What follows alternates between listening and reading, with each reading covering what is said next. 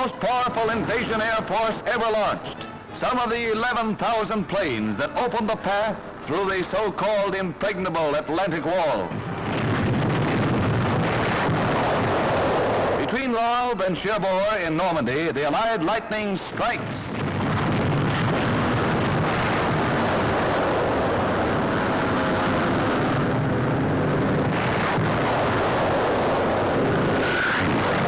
Communications necessary to the German defenses are blasted.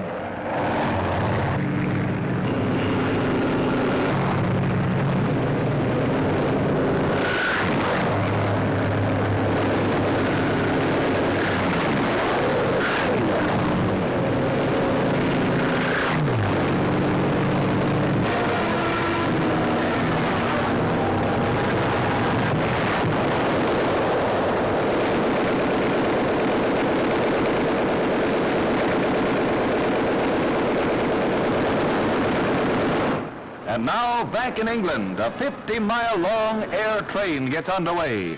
Yank paratroopers receive last-minute instructions before taking off for the invasion coast 100 miles across the English Channel. These are the heroes who established first contact with the enemy. As the transports take off, General Brereton wishes them Godspeed.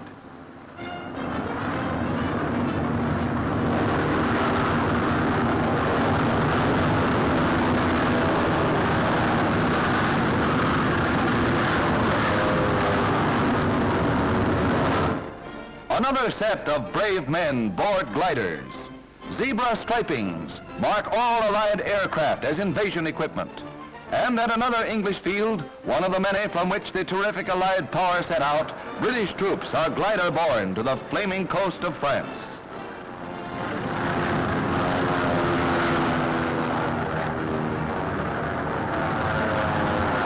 Backing up the mightiest invasion by air, 4,000 ships, combat and landing craft carry the war to the enemy by sea.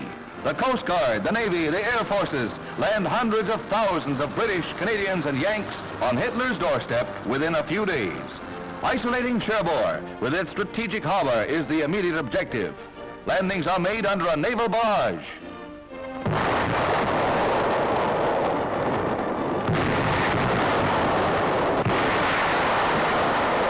President Roosevelt said, "Let our hearts be stout." And later, Germany is the first on the list for destruction. These troops, bucking the choppy seas in the Channel, heeded his words.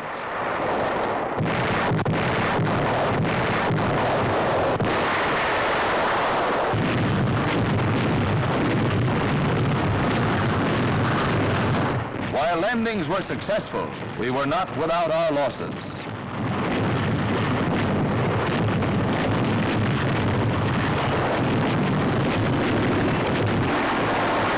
Shock troops move in for the beach assault.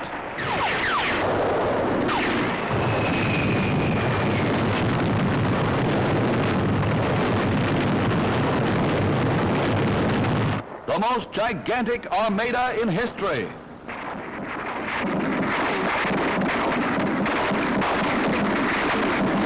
Each hour, and the enemy's hedgehog defenses are ahead. This is the supreme moment of invasion. This is frontal assault on an entrenched enemy.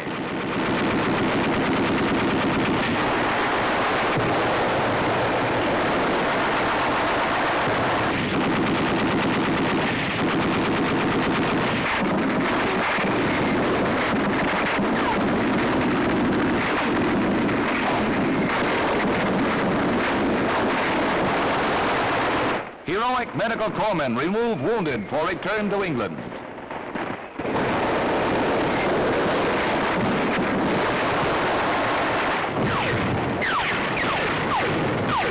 Some landing craft are stranded on sandbars, and a tank founders. The first batch of Nazi prisoners, the Supermen who believed their West Wall impregnable, and a Frenchman to whom the stars and stripes spell liberty. He's waited a long time for this. What he says wouldn't pass the censor.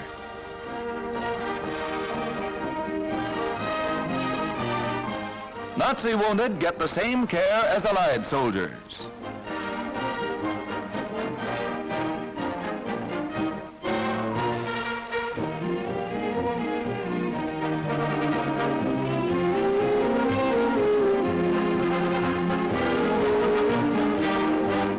During the landings, the merciless pounding of the entire invasion area continues.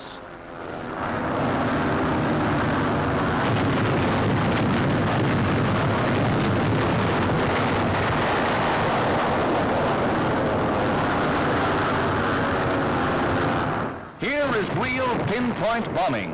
One of the last bridges between the invasion coast and Paris gets it.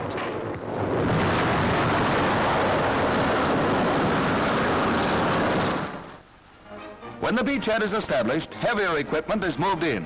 Reinforcements for those heroes who are bringing liberation to the people of Europe. The cost of our initial landing was but a fraction of what our leaders expected.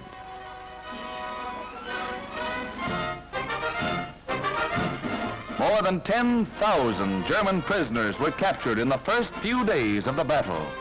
And we know one Hun who's not going to peddle any more Nazi philosophy. The Allied advance is rapid as we mop up town after town.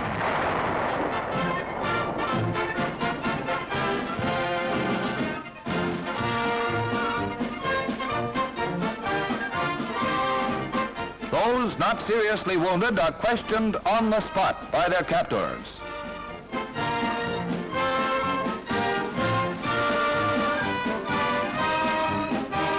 The Allies bagged plenty of equipment from the surprised Germans. Many of the enemy troops didn't know what hit them, and the cooperation of the French aided our cause.